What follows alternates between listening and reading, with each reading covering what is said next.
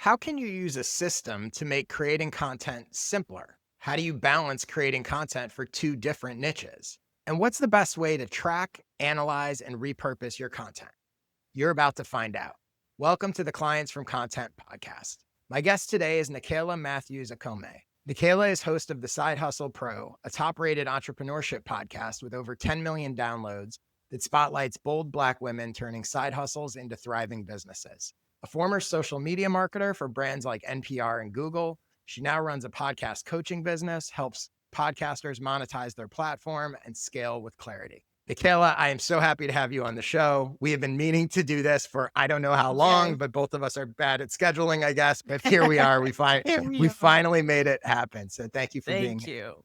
Thank you, Josh, for having me. I'm really excited to get some coaching and advice from you. Yeah, I love your questions. And I know that I was excited to have you on because I know a million people have these very same struggles. So let's jump into it. What is the first thing you want to know? So, the first thing I want to know is how do you even organize yourself around creating content, batching content so that it is saving you time? There is no perfect answer for this, and everybody's different, right? So people have their. I do think it's funny when people are like, "Go use this system," and it's like that system worked for you, but maybe not me. So some of it is all a little custom, and it takes some trial and error to find your own way. But I'm curious: do you currently batch content? Do you currently have any kind of system? Are you winging it? I'm just curious, sort of where you're at right now. A little bit of everything. So, on my organized months, I'll sit down. I do have a social media content manager. We'll sit down, we'll get organized around the episodes that are coming out, the content that needs to go out, and we will plan out. And from that meeting, she'll take that and run and schedule out content on the scheduling platform we currently use. But I'm still kind of the bottleneck. Like, I'm still the one saying, like, here's my focus this month, here's what I want to go out. And so it starts with me, it stops with me. So when I'm not Mm. organized, then the flow of content going is not organized. And then when it comes to LinkedIn, like me posting about my private coaching, podcast coaching, my podcast moguls group coaching program, those are ones I schedule out myself because they kind of just come to me Mm. ad hoc, what I want to say. And so, yeah, sometimes I'll sit down on a Sunday, batch out a whole week, and it's good to go. And then the next Sunday, I didn't do that. And so the week is dry and I'm trying to do it each day. And it's just Yeah, not as organized. the struggle is real. So I have a bunch of thoughts about this for you. And I think one of the first is it's important to just understand that you don't necessarily need to have a system and you don't necessarily need to batch content. You can, and in many cases, it's helpful.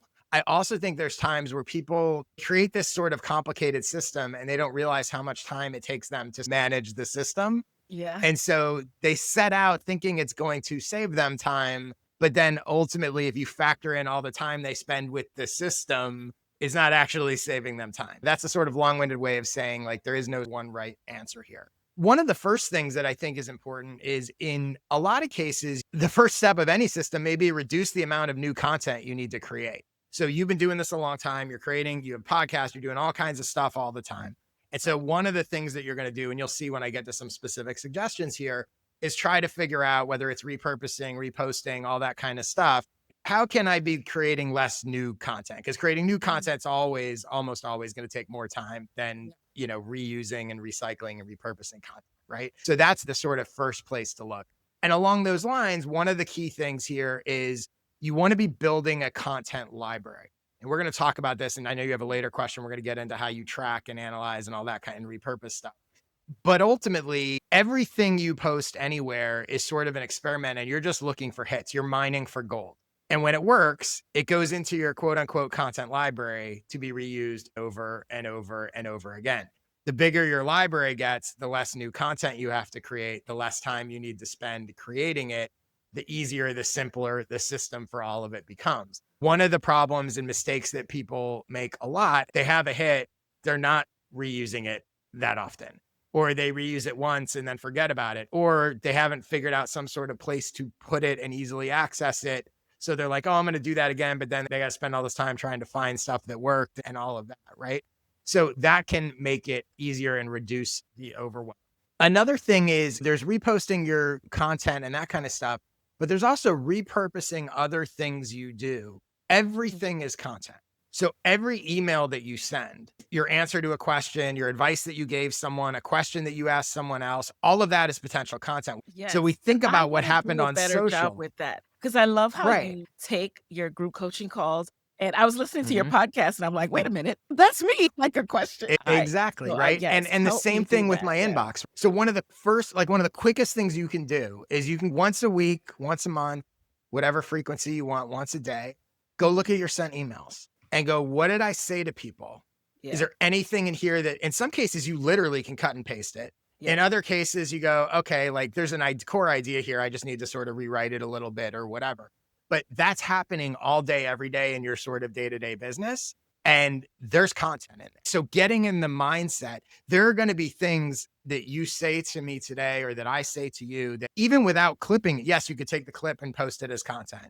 But even without that, you could go, oh, like I'll watch this podcast and go, okay, there's 10 things in there I said that could be posts. I've already said it. So maybe I need to Yes. transcribe it again. And the obvious is people think about it in terms of clips. They think about it as, oh, I made a podcast and I'll clip it up. And you I have to do certainly the can do clip, that. yeah. It also could be like, okay, it doesn't need to be the video. I can have a LinkedIn post that's, if I want to do a written post or whatever, that's Mm, essentially saying the same thing. So wrapping your head around conversation you yeah. at a party, like starting to get in the habit to train yourself of going, oh, that's content. Right. So as opposed to what a lot of people do, especially when they talk about batching content, which is I set aside this time and I sit down and now I'm in content creation mode. I don't really do that. Yeah, yeah, What yeah. I do instead is I'm always in content creation mode, right? I may not be writing it or posting it, but I'm always Yes. like, oh, that's a thing, that's an idea, that's whatever. And When you jot when down do a you note somewhere. when do you actually sit down and put it into the platforms though? Like you do have to spend some time doing that. I know you don't wake up every day and Yeah. post live. I mostly post live, relatively. Really? I'll tell you what so first of all, the other thing is I don't use a million platforms. Yeah. I'm basically posting on LinkedIn right now. I have a daily Okay. newsletter in LinkedIn, Mhm. the podcast and YouTube, but that I do an episode every 2 weeks, Okay. whatever. So, but in terms of social, I'm pretty much just doing like one post a day on LinkedIn. So what I'm doing in most cases is drafting it the day before and then making it live in the morning. So I am doing it a little bit ahead, but drafting it the day before, I've probably thought about a few days in advance. I have a list of ideas. I have a thing. Some of it is reposting stuff. So it's literally copying and pasting it. So I'm thinking about it earlier. I'm usually writing it or drafting it, scheduling it, whatever, the day before, and then posting it the day of. Not always, usually. When I was using Twitter and would post multiple times a day, I would do some version of that. And then also during the day, inspiration would strike and I'd throw a post up there or whatever. So I'm this weird combination of organized in that I'm sort of tracking things and I know what I want to repost and whatever, but then also sort of very off the cuff. That's me. That's not for everybody. There's nothing wrong with like, I want to sit down. And by the way, I have done this, right? It's not that I don't plan ahead at all. I might sit down or when I have some time on the weekend and go, all right, Monday, I'm going to do a repost. Tuesday, I'm going to do a thing promoting my newsletter. Wednesday. So I'll do that sometimes, not always. But again, that's how I do it. The other place people get in trouble is if I was posting on 5 different channels, I can really do that as much on the fly, right? So I also think it's helpful for people to really understand, am I actually getting value out of all of these channels? Would I be better Mhm. off just focusing on one or two? So that's a piece of it as well. The other thing when it comes to content creation, making it easier for yourself is create templates or formats. So when something works, I had a conversation with a client the other day and he had a LinkedIn post that did really well. And he was like, he had a great question. He was like, what do I do with this? Yeah. I was like, well, first, you can repost it and all of that. But what I said that he hadn't thought of is I was like, what's the format here? I was like, let's look at this post. And if we had to extrapolate a sort of format that you could try, if we had to come up with a template. And the post was, he led with sort of a provocative line about some bit of news in his industry. Then he talked about sort of what it was. Then he shared his take on it. And then he sort of shared takeaways. And I was like, it's not always going to work, but there is a format here that worked once. Yeah. So templatize it and down the road go, okay, I'm going to use that format. So you can come up with some formats and templates for yourself so that you're not always starting from scratch. And they're also, if it worked once, now in this case, he had a good provocative piece of news. It won't always work as well, but he knows, let me go find provocative pieces of news. Let me do it in this format. and it simplifies the process. So creating some sort of templates for yourself, and you can do it based on things that work, is a really easy way to do it, is going to help you. It's going to make it easier to sort of create stuff. The other thing is, in a lot of cases, you don't need to post as often as you think. So some of this is platform dependent. The truth is, like, let's say LinkedIn, right? I post every day for the most part. You could post 3 times a week, probably be fine. 4 times a week, probably wouldn't do less than, certainly not less than once a week. But again, it depends on your goals. But I think a lot of times people have this assumption of, oh, I have to post every day. The difference, let's take LinkedIn as a platform. The difference between you posting 3 times a week and posting 7 times a week in terms of workload is massive. The difference in what you get, probably not that much. Oh, as long as the 3 posts are good. So you can decide, you can look at it and sort of free yourself up and go, you know what? Like, maybe I post less. My podcast, perfect example. Started out weekly. About a year and a half in, I was like, what if I only did twice a month? Yeah. What's going to happen? Total downloads will go down. Downloads per episode will probably go up. I don't have advertisers on the show, so downloads don't even really matter. And I'll be able to promote the episodes better. And I've cut my work in half. Great decision. I like that. And that's it. By the way, that's exactly what happened, right?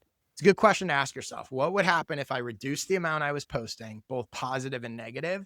And in many cases, you'll find the positive outweighs the negative. And you can always experiment and ramp back up and do whatever. But that's something to think about.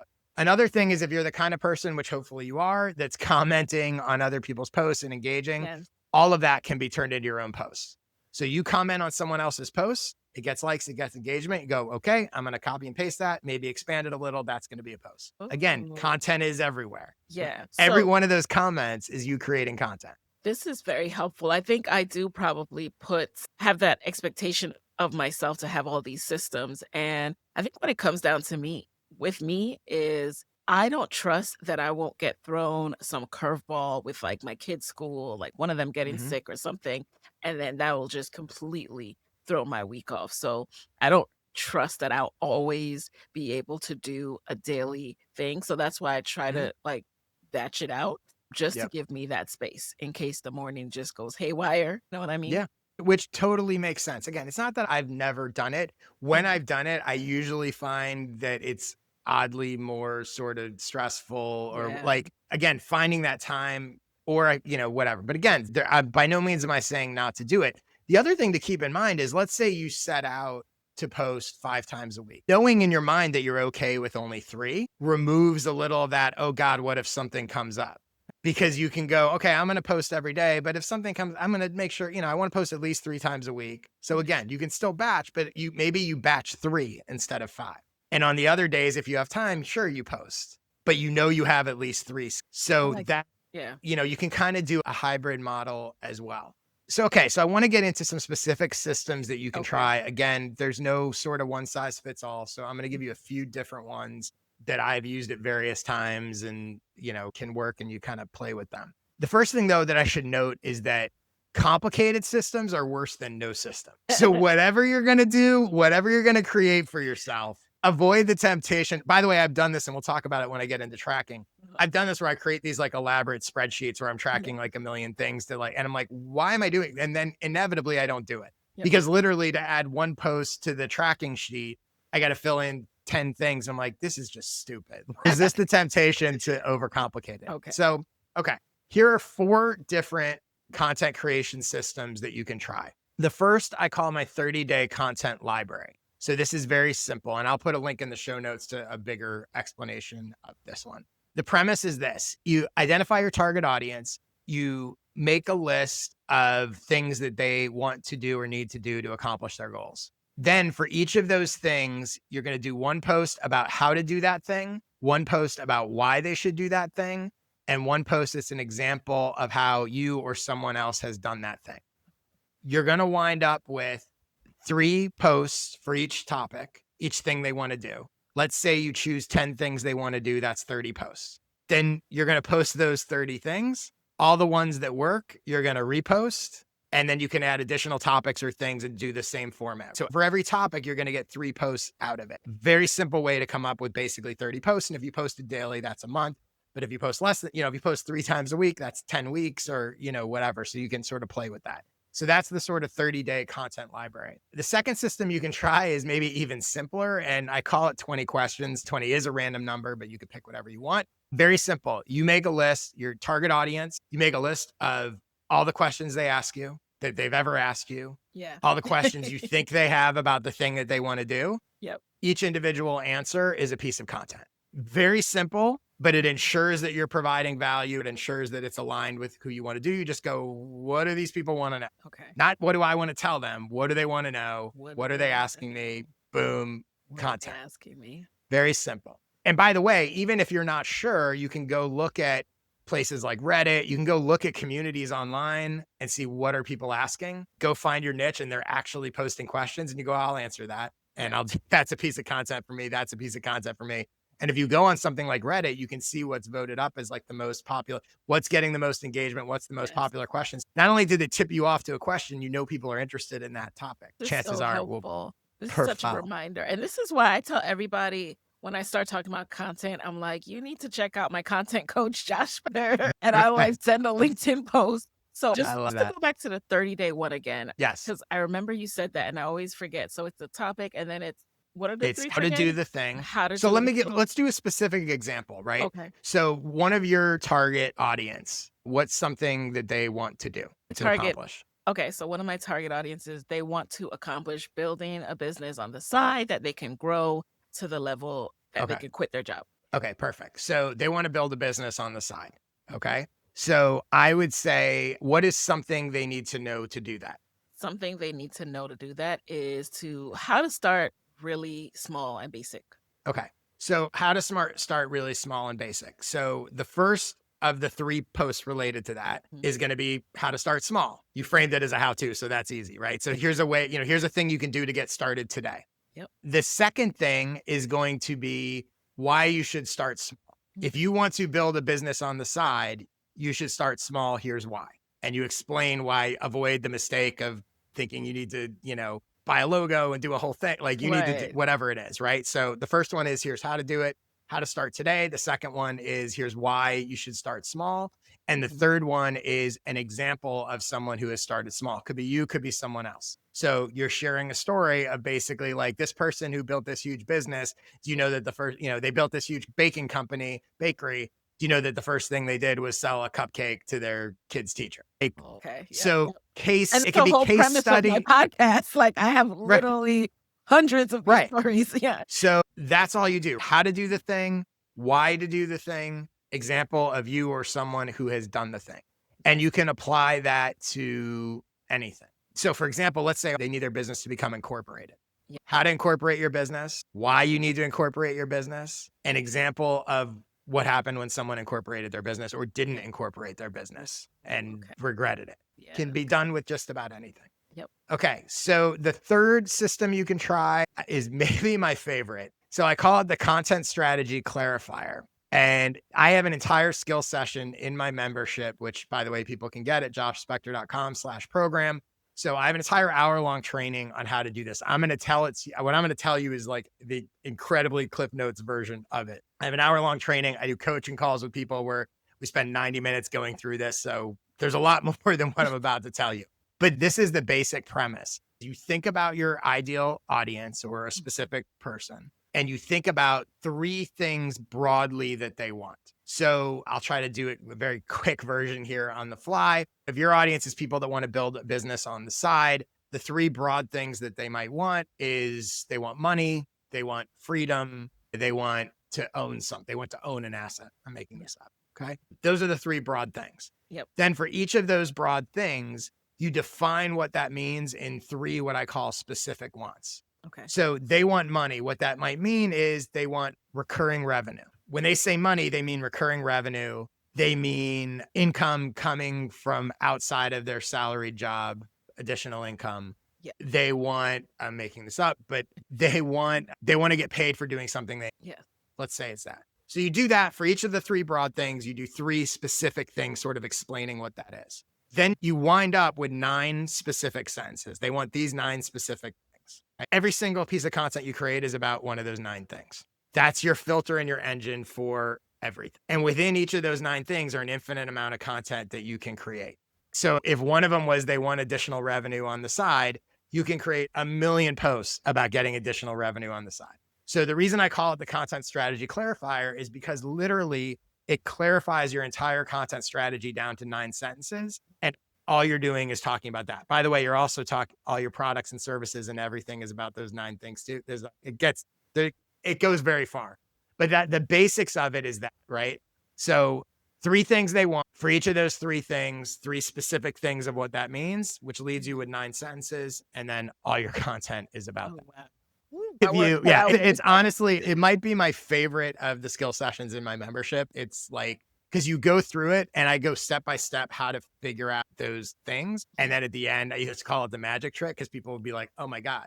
Like literally they'd go through and I'd be like, this is everything. This is your marketing. This is your Created it. messaging. This is your Yep. products. This is your service. This is your content. It's all in these 9 sentences. It's Wow. amazing. I can't recommend it enough. By the way, I also came up with it because it's an exercise I did for myself. And I was like, oh, holy shit, that's what my business is. Like, that's what I do. Like, it was very clarifying for me. And so, anyway, the 4th system here is what I call result posts. So, this is something that I came up with recently and have just started doing, and I'm very bullish on. So, the basic idea here, this is maybe a type of post, not necessarily an entire system, but I'm sprinkling these in with sort of different content I create. So, the basic premise is you are going to pick a result that you have gotten or helped someone else get that your target audience wants, as specific as possible. Yep. Then what you're going to do I is have you're going to something in create a mind. piece. Yes. Yeah, you're going to create a piece of content that leads with this is the result I got or my client got or whatever. This is how I got it or how they got it is the second. This is all one post, but this is the result I got. This is how I got it. This is how you can get it or how I can help you get it. So I'll give you an example. I posted something on LinkedIn the other day that basically was this. The ads in my newsletter are, I found out recently, have among the highest click-through rates of any ads on Kit, the ConvertKit platform, right? So I literally led with the post. You lead with the result. So I say, my ads are among the most clicked on Kit. Then you go, why is that? How did that happen? So then I talk about, here's why my ads work so well. And I talk about my approach and my strategy and whatever. And then at the end, it's basically, I can help you if you want this result, I can help you do the same. You can join my membership. I'll teach you. You can do this. You can get my newsletter. You can, et cetera. Yeah. I do coaching, I can help you figure out how to write more clickable copy. Like there's various things. But that premise, here's a result I got or my client got. Here's how that happened. And here's how you can get it too. Really powerful. And so one of the things I'm starting to do is I'm starting to try to post 2 of those result post formats a week. Okay. When done well, like that post, they both showcase, hey, look how I know what I'm talking about. They teach and provide value. Here's how this happened. And they subtly pitch, you can hire me, you can join my membership, you can do whatever to get it. So really powerful format. And you can do it with any result you've gotten for anything that your audience wants. Any questions about any of that before we move on? No, I can't wait to listen back to all of this and like implement it. But no, this was very helpful. Cool. Okay. So before we get to your next question, just a quick side note. If you're listening to this, thank you. I assume it's because you want to get more clients from your content, and I can help you do that. My Clients from Content program teaches you how to get more clients and sales from your social posts, newsletter, podcast, blog posts, and videos. I've helped more than 500 members use content to earn millions of dollars in revenue. Check out my membership at joshspector.com/program. Okay, Nicaila, let's get to your next question. What is the next thing you want to know? So the next thing I want to know is how should I think about and approach creating content when I have a podcast about side hustling and I have a business about podcasting, growing your podcast, launching, scaling, monetizing? Okay. So my first question for you would be, why have you chosen to do 2 things that are not sort of the same? Which is fine, by the way. It's not a criticism, but I'm curious No, I know. why that. So it came about really organically. I started the Mhm. podcast out of a genuine interest in learning more from people, women who look like me who didn't go about entrepreneurship the normal way, the way that you see people talk about it all the time, I should say, not normal. So they were going to build a safety net. They were going to do it on the side until it was viable and leave their job. I wanted to hear more of those stories. But as I was growing the podcast, it was around the 2016, 2017 boom, and I had really fast success with it. So I started getting a lot of questions and Mhm. inquiries about growing a podcast. It was also around the time of the course boom, right? Like create Yeah. a course, do a webinar, all that good stuff. So I was like, well, what can I create a course about? Podcasting, because side hustling felt a little bit more broad and wanted something specific. So that's how it organically came about. I listened to Mhm. what people were asking me for, where the demand was, and that has been my, to be transparent, my most lucrative revenue stream. So it's like, okay, Mhm. I can't leave it alone. I enjoy it, but it doesn't necessarily meet everyone who's interested in Mhm. Flat Out a Pro, the podcast. Okay. Do you like that you sort of have these multiple niches? I do. I do like it. Okay. I would like to create something that's a little bit more broad. And that's why with my private coaching, it is something I recently started again because of demand. People asking me, well, how can I work with you one on one? The group is nice, but I really want to be coached by you. And so my shift private coaching is for women who want to turn their expertise into a platform like I've done, that create a business from that pays them to use their voice. Some people want to start a podcast, some don't. So that is how I'm started to go into a more broader space with it, but still, I don't think it's clear enough. Okay. Because the first thing I would say for people that are in a similar situation, I think usually when people have multiple niches, it's one of two things has happened. One is sort of organically they fell into it and or they started one direction, then they wanted to go Yeah. another direction, but the other thing's still there and whatever, right? They don't really want to be doing both things, but Ah, they're kind of stuck for various reasons. uh-huh. The other group of people do want to be doing both things. I like this just as much as I like this, and they're both working and whatever. So if you fall into the former, which it doesn't sound like you do, but if you're like, I have these two niches and I don't really want them, but this is kind of where I wound up, then I would remember like, there's the sort of Amazon theory. Jeff Bezos is like, every day is day one. Mhm. So every day is day one. So if you don't want to be doing both, maybe it's going to take you some time to sort of build up the other one to get away. You're never stuck, right? So you can very easily go, you know what? I don't want these two things. I want to go this direction and I'm going to start kind of fading the other one out. That's not you.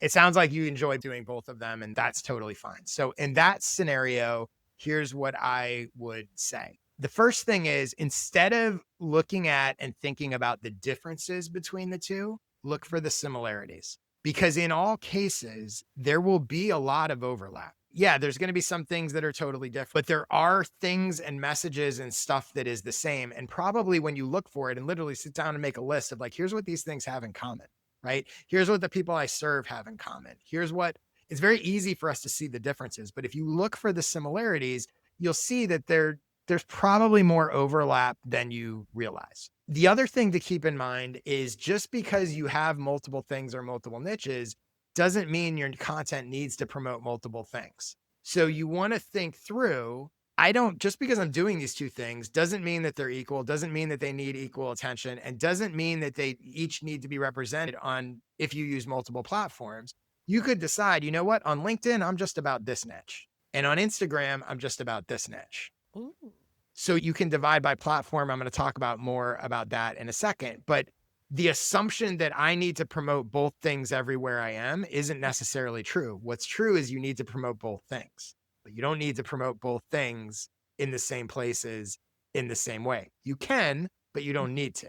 Options. All you need to do is figure out what is my promotional strategy for each of these things? What is my content strategy for each of these things? And maybe they use the same platforms, maybe they don't. And I'm going to give you another example of that in a second. But the other thing to think about is if you have multiple niches, even if you're going to do both of them and you're going to put a lot of time, effort, and resources into both of them, it's helpful for yourself to think about which is the priority. And Yes. there's no right or wrong answer, but to ask yourself, if I could only do one of these, which would I choose? Also helpful to answer that, which would I choose today?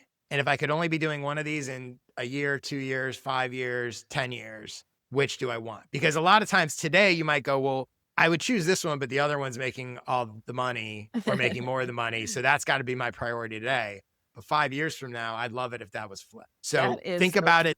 Yeah, that is Think very about it helpful. through both prisms, right? Because Okay. this is going to help you as you figure out your strategy and sort of what you're doing for each of them. So, the other thing I wanted to give you here is I want to give you 5 ways to approach content when you have multiple niches. So the first is divide it by platform. I'm going to use Instagram to promote this, and I'm going to use LinkedIn to promote this. And people on Instagram are going to know me as the podcast queen, and people on LinkedIn are going to know me as the business queen. And that's fine. Very simple, Yep. clean way to do it, right? Yep. The second approach when you have multiple niches is to divide it by day and brand it. So you might say, okay, I'm going to use LinkedIn for both niches, but I'm only going to talk about side hustles on Saturday. And I'm going to label it Side Hustle Saturday. So I'm going to talk about podcasts every day of the week on LinkedIn, but on Saturdays, it's Side Hustle Saturday. Or you don't have to do it that way. You could go, okay, I'm going to, Monday, Wednesday, Friday, I'm going to talk about this. And Tuesday, Thursday, I'm going to talk about this. But create some sort of parameters for yourself in terms of like what's going where, and potentially brand and label it if you want to help people understand sort of I what like you're that. doing and it doesn't Yeah. feel random. Yep. The third approach you can use when you have multiple niches is you can use a comment strategy for one niche and a posting strategy for the other. So for example, you might say on LinkedIn, I'm only going to post about business, but I'm going to comment on all these posts about podcasting, other people's posts. So in that niche, they're going to see me there, even though my posts are mainly about business. This isn't necessarily ideal, but it is another approach. And you also, when I say comments, that also could be in communities, right? So you might say on LinkedIn, I'm only going to post about business, but I'm going to join a bunch of Facebook groups about podcasting. And that's where I'm going to post my podcasting stuff. So keep in mind, there are places to post other than your feeds that allow you to use social media and get in front of people. So you can sort of be wherever you want. Again, it comes back to sort of strategically deciding, I'm going to promote this in this way, I'm going to promote this other niche in this other way. And then the fourth approach you can use is, this works well if you have a podcast. You could decide that you are only going to promote your podcast on podcasts, meaning the time you would have spent creating social content about podcasting, because since you're a podcasting expert, instead of doing that, you're going to just go guest on other shows. And that's going to be your promotional strategy for you as the podcast expert. You might decide, I don't care about Instagram and LinkedIn talking about me being a podcasting expert. I'm just going to go on other podcasts and talk about it. Because again, all you need for any niche is one promotional strategy that works. You don't need to use all the tools in your toolbox to promote everything. And you might decide, that's a better use of my time. Instead of spending an hour a week posting on social about my podcasting expertise, I'm going to be a guest on one show a week talking about it. And that's how I'm going to get in front of those people.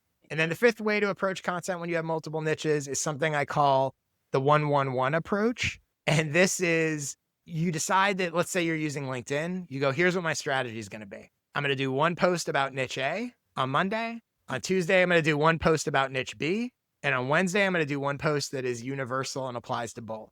That's the overlap. And I'm just going to rotate through niche A, niche B, both. And what that's going to do is it means while some of the posts will be irrelevant to people, 2/3 of your posts will be relevant to the right audience.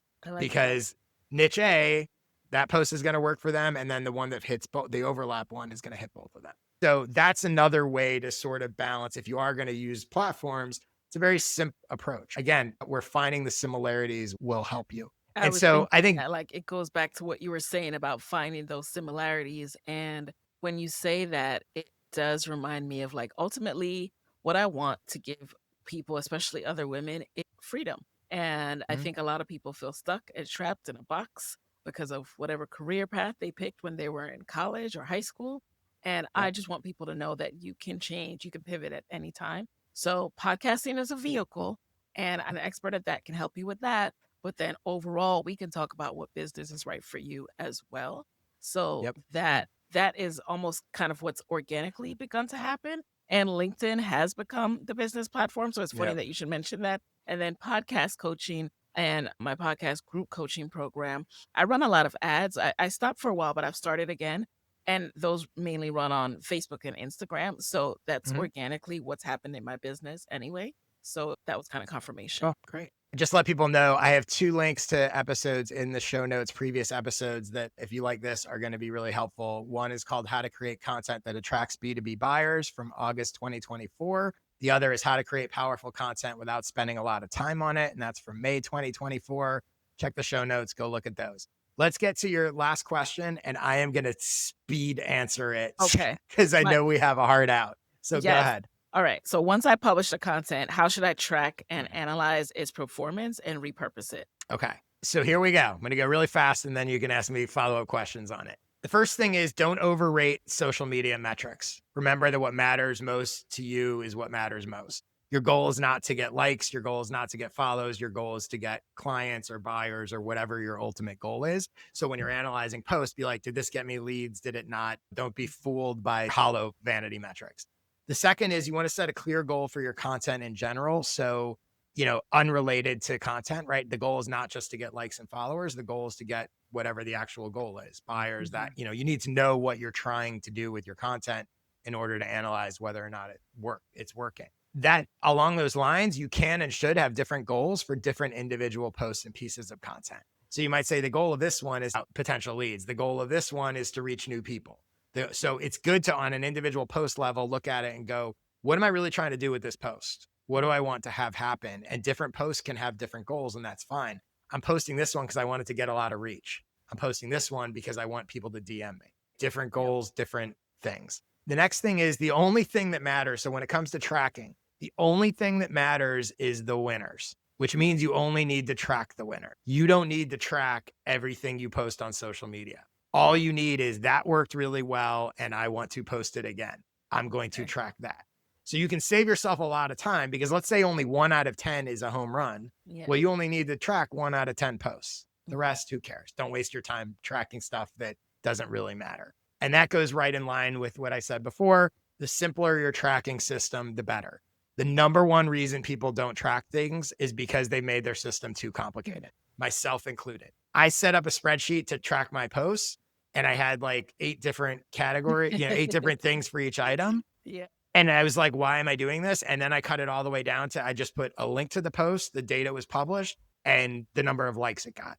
And I'm only doing the likes as some gauge of like how it performed. And then eventually was like, why am I even tracking stuff that didn't work? Who cares? Like all I need is the link of the post and the date I published it for the things that are hits that I might want to repurpose. That's it. Just simplify it. And along those lines, I'm going to give you, here are 3 ridiculously simple ways to track content that you want to repurpose.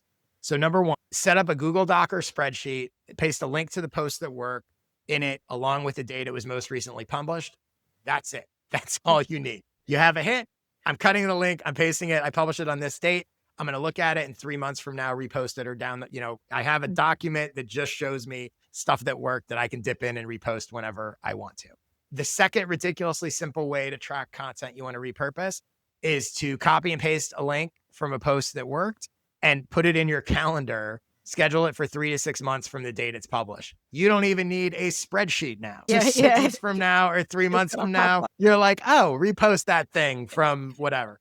Super easy. Why waste time with a spreadsheet? Like even simpler. Right. Then the third ridiculously simple way to track content you want to repurpose is to save or bookmark posts that work so you can go back and browse them to repurpose.